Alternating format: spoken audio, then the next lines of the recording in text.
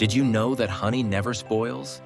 Archaeologists have found pots of honey in ancient Egyptian tombs that are over 3,000 years old and still perfectly edible. Honey is made by bees from the nectar of flowers, and it takes about 2 million flowers to produce just 1 pound of honey.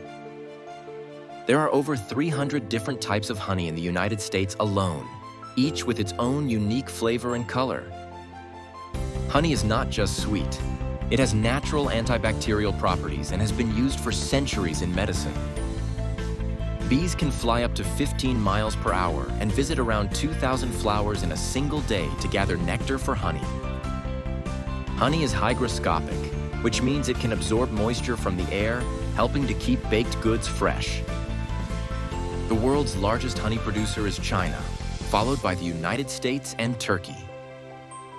Honey can come in various colors, from light amber to dark brown, depending on the flowers the bees visit.